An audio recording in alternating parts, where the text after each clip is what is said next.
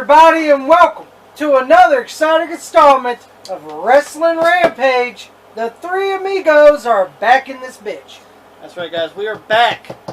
And, guys, we're doing a special, not a pay-per-view, but a special event. We're doing NWA, National Wrestling Alliance, and Jim Crockett Promotions, Clash of the Champions. Clash of the Champions. The very first one. The very first Clash of the Champions. Yeah, if you notice, that's why Pops is in it. Yes. Well, you know, I always... You know, Pops, you don't like pay-per-view reviews. He sleeps. I always liked the NWA. You know, I always did. Did you snooze on this one? No, I stayed away for this one. Yeah, he stayed away for this one. But, guys, it was March. This is the review for you guys for Clash of the Champions 1. March 27th, 1988, and guys, does that date ring a bell to you at all? Yeah. What else happened on that date? Well, on pay-per-view they had WWF WrestleMania 4. WrestleMania 4, and they did go into head-to-head against WrestleMania. WrestleMania 4. And Tommy, the rating on TBS for this, a 5.6. Does this feature the key demo? Sure, why not? Key demo. Yeah, the key demo. Fuck you and your demo. But the rating for TBS, which I'm sorry, but TBS and TNT would love to have these ratings now. Oh, yeah. I bet you they would. A 5.6. Hey, do y'all get those ratings? No. No, you don't get it on Nitro and Thunder? I'm sorry, they are. They're Nitro and Thunder. So a 5.6 on TBS rating. That's fantastic. Yeah, that's some big ratings. We are at the Greensboro Coliseum in Greensboro, North Carolina. Home of Starrcade 83. Yes. We have ring announcer Tom Miller. The great Tom Miller, baby. Bob Cottle is doing some upcoming stuff. To me, he's an underrated announcer. Oh, no doubt. We got on commentary Jim Ross and Tony Schiavone. Oh, AEW. AEW. Yeah. All friends. Yeah. All right. And Tony Schiavone rocking a great fucking Tom Selleck mustache.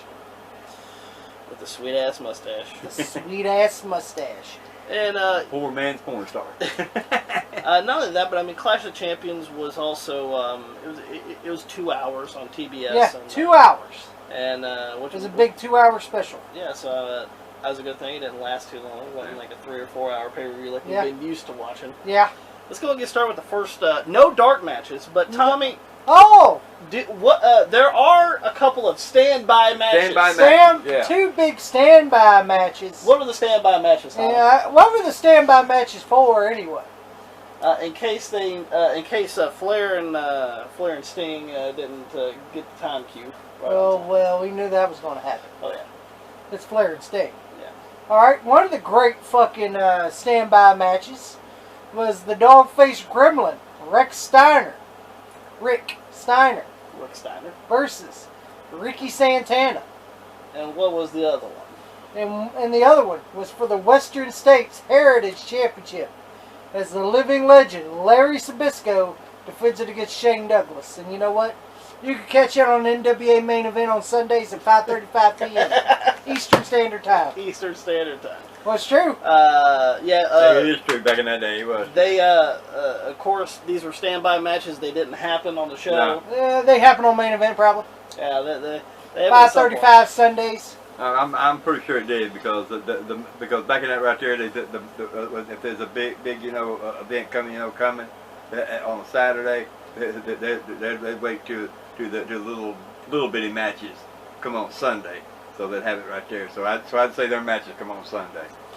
Guys, let's go and go with the first match. It is a 3-round amateur rules match. Now, it's a three different periods, as I said, and you have 5 minutes per period, and then you have a 30-second rest. And you have a 30-second rest after each period.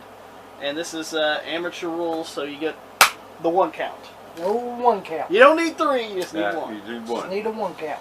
And it's for the NWA Television Championship when the champion Mike Rotundo.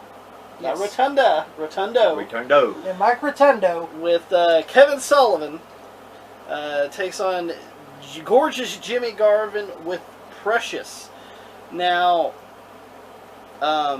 everybody knows that Mike Rotundo is the Syracuse amateur wrestler. Yeah, and also he's a real life brother of the Macho Man Randy Savage. Yeah, fuck Savage. you. Fuck you.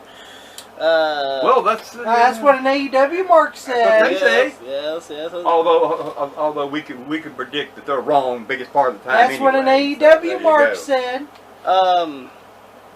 Pretty much. These guys are financially secure. The first 5 minutes, nothing really happened. I mean, they were fighting back and forth, jockeying for position, as well as pretty much. And this is the one thing I did like about it was they'd get off their backs as quick as possible. Yeah, they'd roll over. Because all it takes is one count, in amateur wrestling. So that's right. When one of them hit the mat, they were quickly to roll over, get back up on their feet. And then right there kind of matches. If you're wrestling, that style. It's hard to get the pin because they know what's going to happen. If you lay on that mat. Oh yeah. All it takes is just one count and you're done. And of course, the first period passes, and you see Kevin on the outside. Damn. Yeah. And then out of the 30 seconds we're going, Mike Rotundo was beating up on Jimmy Garvin. Yeah. Yeah. But finally they got that. Yeah. They got the 30 seconds in there, and it was going good. Yeah. Once again, not one of the best matches, but no, it was just okay. What it was, it was. It was okay. It was decent. It was okay for them to do an amateur match. I mean, we all kind of expected what it was going to be anyway, And Kevin gets into the ring. Well, gets onto the apron, and he grabs Precious. Yes. Lifts her onto the apron. Well, old Jimmy didn't like that. No, so he goes after Kevin Sullivan. He goes after Kevin Sullivan. And then Mike Rotundo, as some people call him Rotunda, okay, who is the real life brother of the Macho Man Randy Savage. Mike Rotundo took the opportunity. Schoolboy won. It was over right then and there. It's that one count. Just that one count, and then all hell broke loose after that. And then Jimmy goes, what the hell's going on here? And gives Mike Rotundo a shitty brainbuster. I'm sorry. It was shitty. Yeah, it was a horrible brainbuster. It was. It was really shitty. And we see the Varsity Club as far as all of them. We get Mike Rotundo. Mike Rotundo. I'm talking too much here. Mike Rotundo, Rick Steiner, and Kevin Sullivan. They all come in, and by that right there time, it was just a melee, and it's trying to survive. And Precious gets into the ring with a 2x4 and hits Rick Steiner. Well, Rick Steiner sold that 2x4 like a champ there. Yes. He did what people call a Ricky Morton sale right there. He goes down and she has a coat hanger and she starts choking Kevin Sullivan with it. Gives a little preview of Sullivan selling. Yeah, he had his neck bent over, everybody's going like this right here, trying to. And the fans loved it. Oh yeah, and then Jimmy Garvin got Precious out of there while Kevin Sullivan was trying to go after her. And it was like great characters, great sale, not like it is today.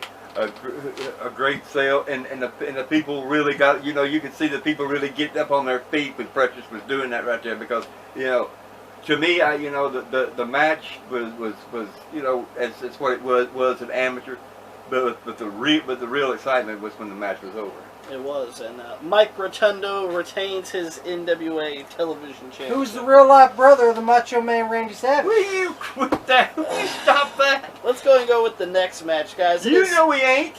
It is for the NWA Marks know everything. United States Tag Team Championships. Win the champion, Beautiful Bobby and Sweet Stan. You're wrong. What? Don't forget, when they go, there's a whole bunch of fucking fans there with cornet sign. Yeah. Like each person's holding up one of the letters of cornet. And then, every girl's dream, Beautiful Bobby and Sweet Stan, the Midnight Express. Well, it's actually every mama's nightmare and every girl's dream. Yeah. The Midnight Express. Yeah, But we got beautiful Bobby Eaton and Sweet Stan Lane with Jim Cornette. Yeah, as they defend the NWA US Tag Team titles against Bobby Fulton and Tommy Rogers, the Fantastics. Fantastics. And the one thing I didn't like about this match is, like, as soon as the Fantastics got in the ring, they started duking it out. Yes, they did. It was Tom Miller couldn't even get out of the ring. Hell, Tom Miller's jogging trying to get out of the ring. Tom Miller, the announcer boy, and he was trying to get out of that He ring almost slipped over because the it was goddamn melee at that right there point. I mean, they was duking in the air, boy. Hell, Tom Miller almost slipped over the extension cord. He did. They ended up going to the outside. We see a couple of chair shots as well. And I was like, is this match even going to take place? You know, and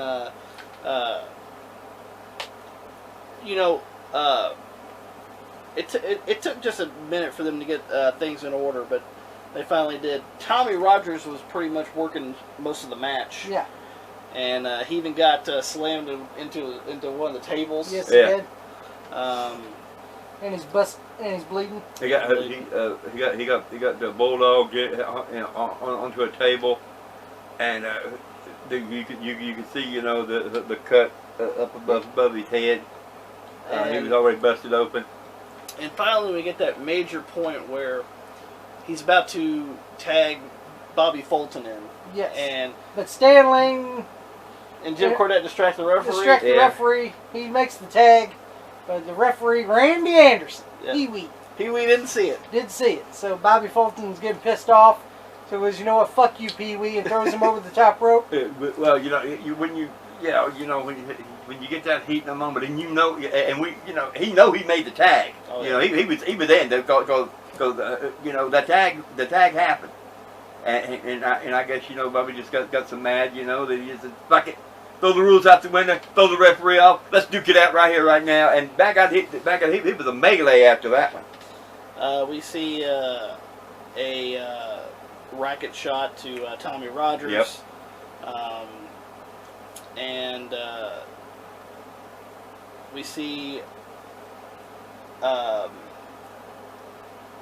that, Jim Cornette swings the tennis racket, accidentally hits Bobby. It's Bobby sold it like a champ. Bobby falls down. And then Bobby Fulton turns around and hits Cornette. Yeah. Cornette takes a big bump. Takes a big bump, and then Tommy Rogers climbs up to the top rope. Bobby Fulton hits the rocket launcher with Tommy Rogers. 1, 2, 3. And Tommy Young counted the 1, 2, 3. Tommy Young counted the 1, 2, 3, but unfortunately... And referee Randy Anderson goes, no, that ain't happening. So because Bobby Fulton threw me over the top rope, it's a disqualification. Yeah, so your winners and still U.S. Tag Team Champions, Randy Anderson, Bobby Eaton and Stan Lane, the Midnight Express. Randy Anderson got up, explained to everybody, he threw me over the top rope, and it was that's exactly what he did. We saw it and everything. Everybody else saw it. So the true champion is the Midnight Express. And after the match, the Express just gloms him. Yeah. Grabs Tommy Rogers, puts him on the rope, and they start whipping him with a belt. Yep. Yeah. And then Bobby Fulton comes in with a chair, and Tommy Rogers comes in. Oh, yeah. Tommy Rogers comes in with a chair, and they all scatter. But really, what got me was Stan Lane. Stan Lane was holding his legs. You could just see, he was looking around, for Tommy Rogers to come into that chair because he's moving around like this right here, like that right there. And I, you just imagine what he was saying. When's he going to bring the chair in here?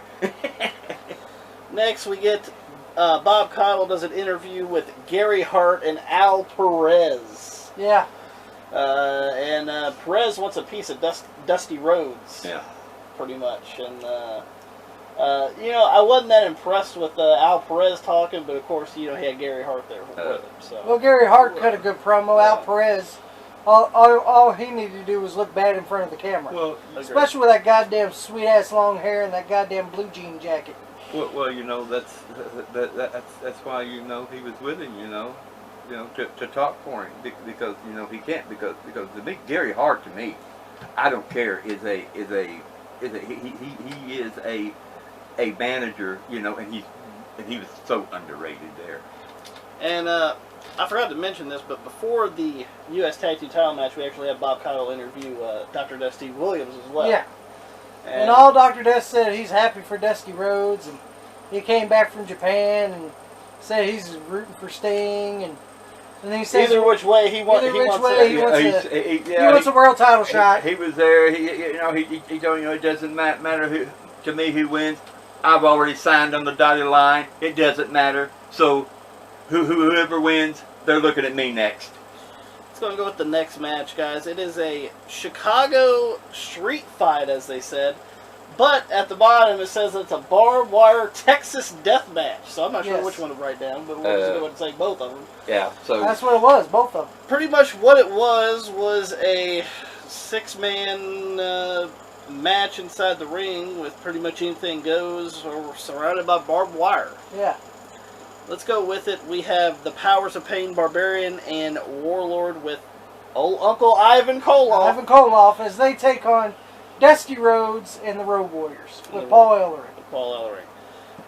What you guys think about the match? It was what it was. It was very limited because, of course, you know, you have the barbed wire and stuff. Well, to me, it was what it was. Well, this right here match came about anyway, about what Powers of Pain did to Animal anyway. You know, hit him with that right there weight and the eye there. And this right here is what this match became to be anyway. This is how it all happened. How broke the bone in his face, too. Yeah, and that's why he had to wear the hockey mask and everything to protect his eye. And this right there, you know, and you know, they got Ivan, you know, the Powers of Pain got Ivan Koloff as a third partner. You know, Dusty Rhodes, you know, and the Road Warriors, six-man tag team champions. Yeah. So you know, Dusty, you know, Dusty had to be there. And Paul Jones is the worst manager in the history of managers. He didn't do anything. Well, no, I think he sucks as a manager. I'm being all seriousness. I never really thought the Road Warriors ever really needed a manager. I don't want to talk about Paul Ellering. I'm talking about Paul fucking Jones. Well, Paul Jones. Yeah. Paul Jones sucks. Paul. What do you think? Why he got all the humps? Well, Paul Manny Jones, Fernandez, Ivan Koloff. You know, Paul Jones. The Barbarian, the Warlord. He was mostly. Paul Jones was mostly, you know, a character anyway. You know. Well, I'll be honest. He wasn't that good of a fucking manager. I didn't say he was a man, but he sucked. But back in the day, he did wrestle and he did hold the U.S. title. Yeah, and he was a lousy wrestler too. As a matter of fact, now, if you go through the record books, he held that U.S. title 5 times. Not a big deal. So, you're still a lousy wrestler. Well, we see Rhodes and Koloff. Both of them end up bleeding in this match. Yeah, of course. Animal does a power slam to Warlord. And then Barbarian climbs up to the top rope, and while Animal's pinning the Warlord, and Animal sees him diving off with the diving headbutt, moves out of the way, and Barbarian hits the Warlord with the diving headbutt, and Animal pins him 1, 2, 3. Animal cleans up the scraps. Yes, he does. So your winners, Dusty Rhodes and the Road Warriors. And then the Powers of Pain says "fuck this," and they grab the Russian chain and starts beating on Animal. Yeah, beating on Animal. Trying to put his eye out. That's what they're trying to do. They take off the and hockey don't forget mask. the kick, and there goes the hockey mask. Yeah, the kick, and there goes the hockey mask. Even though we actually seen Animal just go like that to pop it off. The big boot, that's what it was, the big boot. Animal went like that right there, and you could see him pull it off like that right there, so yeah. But and then they go after his eye, and and Dusty and Hawk come and save. You know, the match was what it was. That's what I'm saying. It was what it was. It was and I mean, people enjoyed it because pretty much all they did was beat the shit out of each other. Yeah, that's all it was. All of them beating the fuck out of each other. What was you going to do? I mean, putting a barbed wire about it, you know, it was limited on what you were going to do anyway, just like you said. So, you know, the only thing that was left to do is go in there and pound each other, and that's about the end of it. Then we get to Bob Caudle. But it was a lot better you know, it was a lot more excitement than what I see today. So anyway, Bob Caudle does an interview with Nikita Koloff. With a weird ass hairdo. Yeah, with the spiked up hair. Yep. And He's saying something about Tully Blanchard, something about fucking so and so in his fucking white suit, and fucking so and so and Shitoata and shit like that. Yeah, you know. Let's move on from that because I didn't really give a fuck. The stupid ass, fake ass Russian accent. Yeah. Because I'm gonna be honest, I didn't really. I all he said. You was, never cared about Nikita well, Koloff. not really, you know. Yeah. I thought Nikita Koloff was a good wrestler. Well, it's just I didn't care about the promo. All he talked about was Tully Blanchard, something else, something about Magnum TA, and He doesn't care if he has to take out Dusty yeah, Rhodes. he don't care. He has to take out Dusty Rhodes, and they had a few Shitoatas in there, and that's about it. Let's go with the next match. It's for the NWA Show off his white suit. World Tag Team Championships with the champions Arn Anderson and Tully Blanchard with their manager And advisor, James J. Dillon, as they defend the NWA World Tag Team titles against, from Sweetwater, Texas, Barry Windham. And the total package. And the total package, Red Tights Lex Luger. What do you guys think about this one? It was a good. It was good. I enjoyed the match. It was a good match. You know, I didn't see really no flaws in it. I enjoyed the match. I thought it was good. It was good. And of course, Arn's there, Blanchard's there, Wyndham. They're all pretty solid performers. You know, all Lex had to follow his lead. Yeah, Luger is one of those ones that just had to follow the lead. Yeah, that's all he had to do. Yeah. And Luger hits a slam on Arn Anderson. J.J. Dillon puts a chair up to the corner. Yes, and Arn was about to whip Luger. J.J. thought it was all over when he laid that chair in that corner. He thought it was all over. We're done right here. And unfortunately, Luger reversed it. Yep. And Arn hits the chair. Yep. Luger pins him 1, 2, 3. The big bump from as Tully tried to get in the ring, as JJ tried to get in the ring at 3. Yeah. And he fell. Yeah, he tripped on the ropes, and it just and it was just it just exploded right there. 1, 2, 3, come down. You can see him in the corner just going like this right here, like I'm slapping my head around. Why did I do that? But JJ, you know, he like I said, you know, he thought, you know, he knew that when it got reversed, that chair was going. That's why he bounced his head like that right there. And your winners and new NWA World Tag Team Champions, Lex Luger and Barry Windham. Big pop too. Yeah, the crowd loved it. Yeah, it was a good match. It was a big pop. All of them come out of the seats. I mean, it was a damn big pop.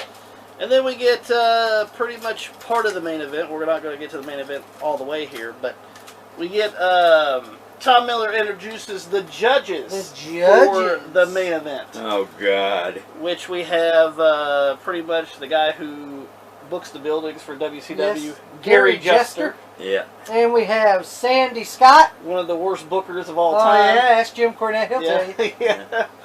And we got Penthouse... Pet of the month. Yeah, Pet of the year. Pet of the year in 1988. Patty Mullins. Patty Mullins. And we got Eric Bischoff's boy of the Wonder Years. Yeah.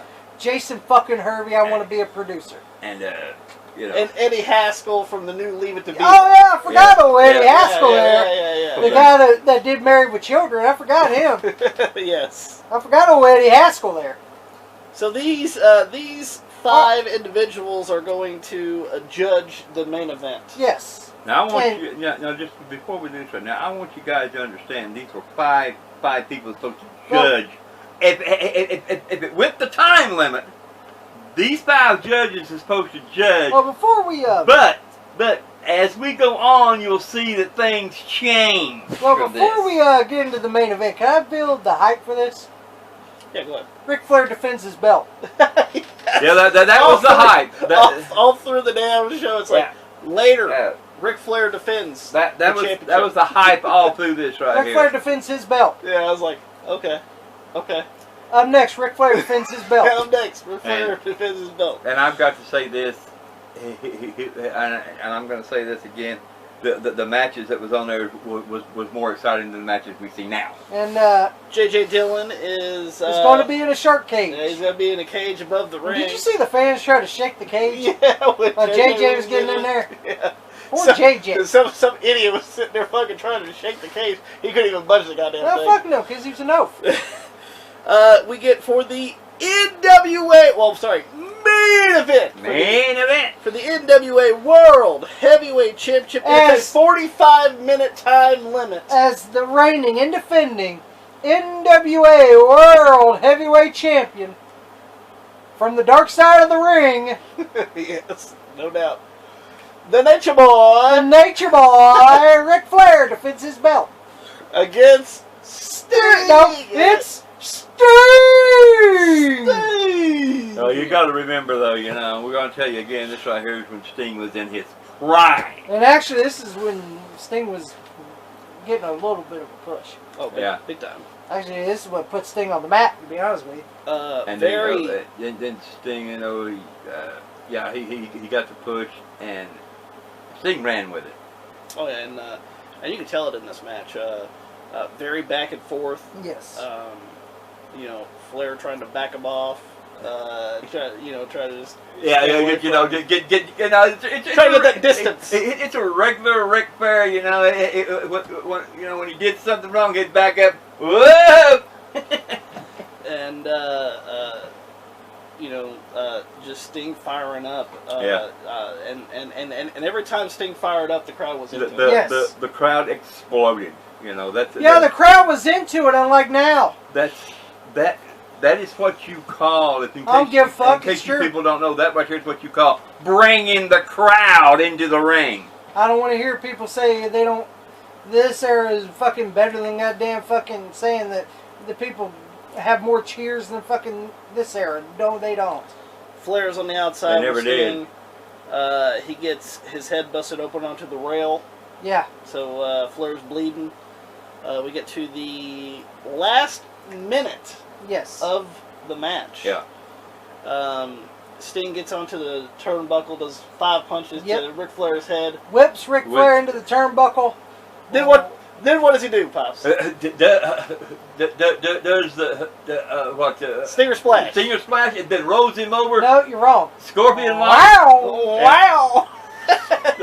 Rolls him over the scorpion lock, and Ric Flair is there. The referee's asking. Ric Flair's going like this right here. The time is counting, and Ric Flair's back. It looked like fucking Ric Flair was fucking doing a fucking mouse with a piece of cheese. Yeah, Ric Flair was going like this, and hang up. And that referee still letting you shake his head like that. And the time limit expires. The last 30 seconds he puts the Scorpion Deathlock on, but Flair doesn't give. Ric Flair does not give up, but Ric Flair lays there for a while. And the time limit expires. And so what that does, that leaves for the judges to be called in. And we get the first one up, which is Patty Mullins. And she votes for the Nature Boy, Ric Flair! And you know why there, don't you? Well, she's going to ride Space Mountain. She's going to ride Space Mountain that night. You know and you can tell by the... Yeah, the little thing she did, the little finger else? What's that? Ric Flair did not force her. Ric Flair did not force that puss. No doubt. Okay. How you like that, bitch? Next one we have is Gary Juster. Yeah. He says, Sting! No, he says, Sting!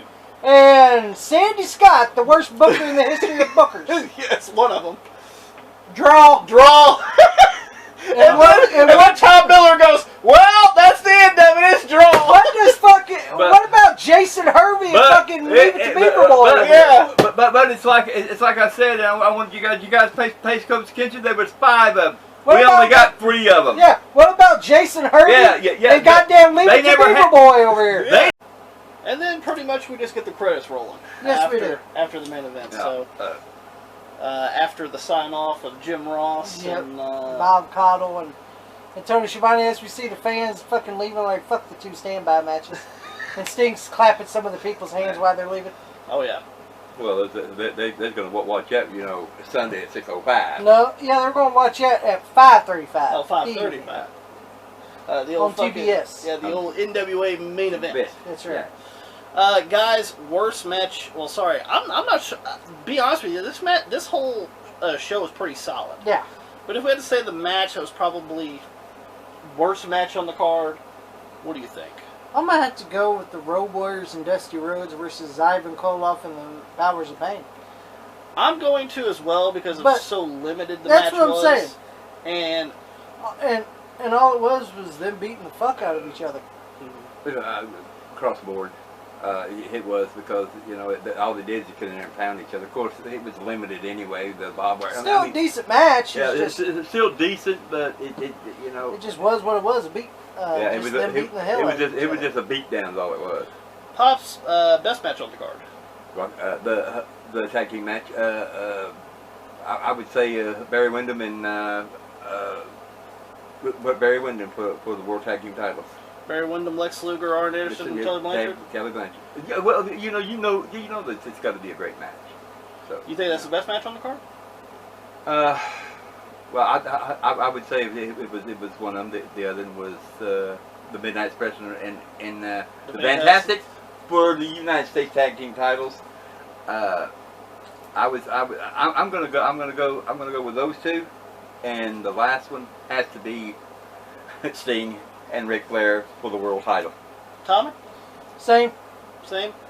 I like the Windham and Luger, Blanchard and Arn Anderson match, but I actually like the Midnight Express and Fantastics more. Well, that's what I'm saying. I enjoyed the NWA US Tag Title match more. And then of course, but I would put Flair and Sting. Yeah, for the NWA World Title number one. And then I'll put the NWA... A close number 2 is the US Tag Team title match. And here's the thing. I could see why this beat WrestleMania 4. Oh, yeah. WrestleMania 4. People look back on that and they think it's a good show, but I don't really think so. And I could see why this beat WrestleMania 4. Because if you guys remember WrestleMania 4, if anybody it was that tournament. It was the tournament to crown and the only the match, champion. The only match that was, to me, it was any fucking good. Really good. Was Ted DiBiase versus Randy Savage. Which was the main event, pretty much. Yeah. It had to be the main event. Those were the main characters. It had to be, So, yeah, that's what we got for that. And, guys, we hope that you guys enjoyed NWA Clash of the Champions 1 review. If you guys did, make sure you guys hit that thumbs up button. Because we need that algorithm. Big time. Yeah, you guys got to subscribe because we'll be doing a giveaway, and that's one of the requirements right there. Yes, so about 50% of our viewers are not subscribed, so hit that subscribe button. Because if you don't subscribe, you don't get a goddamn thing. That's right, you don't get a fucking thing.